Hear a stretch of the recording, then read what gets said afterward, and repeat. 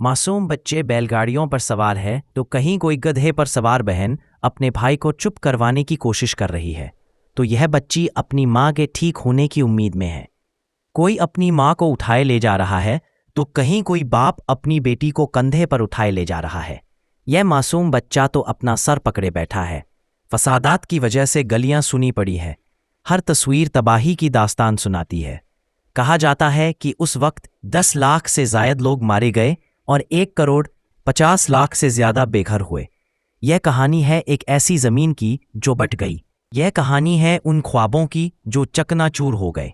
यह कहानी है हिंदुस्तान की तकसीम की जो 1947 में एक हकीकत बनी, मगर लाखों दिलों पर एक ना भरने वाला जख्म छोड़ गई। एक तरफ भारत और दूसरी तरफ पाकिस्तान वजूद में आया, मगर यह तकसीम सिर्फ ज़मीन की नहीं थी, बल्कि दिलों की, खानदानों की और सदियों पुरानी यादों की भी थी। लाखों लोग अपने घरों, गलियों, बाजारों और ज़मीनों को छोड़ने पर मजबूर हुए। कुछ हंसते बसते शहरों में अचानक खामोशी छा गई तो कहीं चीखों पुकार और आंसुओं का तूफान बरपा था। इस तकसीम से कई खानदान खत्म। तकसीम के बाद यह खता 2 हिस्सों में तकसीम हो गया।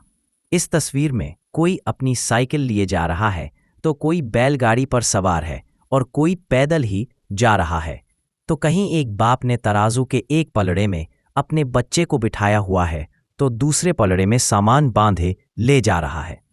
सदियों से इन इलाकों में बसे हुए लोग अपना घर बार छोड़कर नए इलाकों को चल दिए। भारत की नामवर मुस्निफा और शायरा साजिदा जदी, जो उस वक्त दिल्ली में थीं, उन्हें भी इस कत्लोत के दौरान स्क्रोल बाग में अपने घर को ताले लगाकर मौलाना अबुल कलाम आज़ाद की रिहाइश गाह में पनाह लेना पड़ी थी। उस वक्त जो हालात थे उनके बारे में वह अपनी बायोग्राफी नवाए ज़िंदगी में लिखती है कि इंसानों के दिल और दिल्ली के दरो दीवार कांप उठे थे। दिल्ली की ज़मीन सुर्ख और आसमान स्याह हो गया था।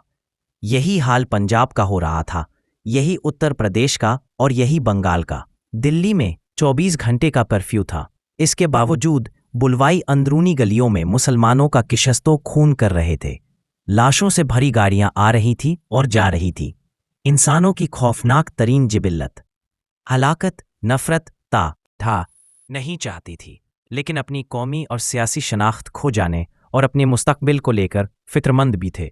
मेरे दादा भी इन्हीं लोगों में से एक थे जिनको 1947 की इस तकसीम में इंडियन पंजाब के खानपुर से अपना घर बार छोड़कर पाकिस्तान आना पड़ा।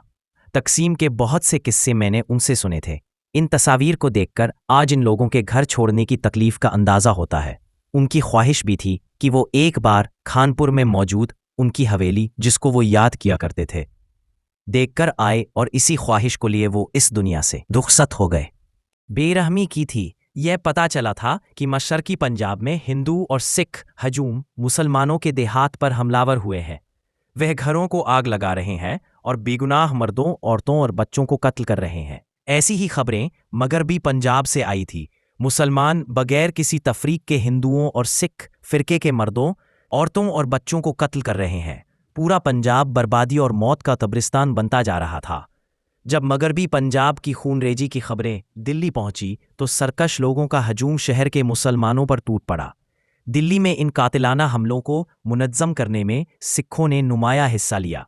इन सब वाक़यात को देखें तो जो लोग ना भी आना चाह रहे थे वह भी यहाँ आने पर मजबूर हुए, और जो यहाँ पर सदियों से रिहायश पजीर थे उन्हें अपना घर बार छोड़कर नए मुल्क की राह लेना पड़ी। इस सफ़र में बहुत सी ट्रेनें रवाना तो हुई, मगर मंजिल पर लाशें पहुंची। इस तकसीम से उस वक्त 10 लाख से ज़ायद लोग लुक़्मे अज़्ल बन गए और 1 करोड़ 50 लाख से ज़्यादा बेघर हुए। ना घर रहा ना ज़मीन। लाखों लोग खाली हाथ सिर्फ उम्मीद लेकर नए देश की तरफ निकले, मगर नई ज़मीन पर सब कुछ नया ना था। वही गुर्बत, वही भूख, वही ज़ख्म और वही बिछड़ने का गम। इन तस्वीर को देखकर आज़ादी की कीमत और तकलीफ का तो तसव्वुर भी मुश्किल है। कहीं हिजरत करने वाले लोगों का सामान, बैलगाड़ियां जो मजहबी तनाज़ियात की वजह से बड़े पैमाने पर नकल मुकानी के दौरान दरिया ब्यास के किनारे सैलाब आने की वजह से पानी की नज़र हो गया। ये तस्वीर है हम के मकबरे की, जहां मुसलमान पुनः कज़ीनों का कैंप है। यहाँ पर हज़ारों की तादाद में मुसलमान जमा हुए ताकि एक काफिले की शक्ल इख्तियार करके पाकिस्तान की तरफ रवाना हो सके।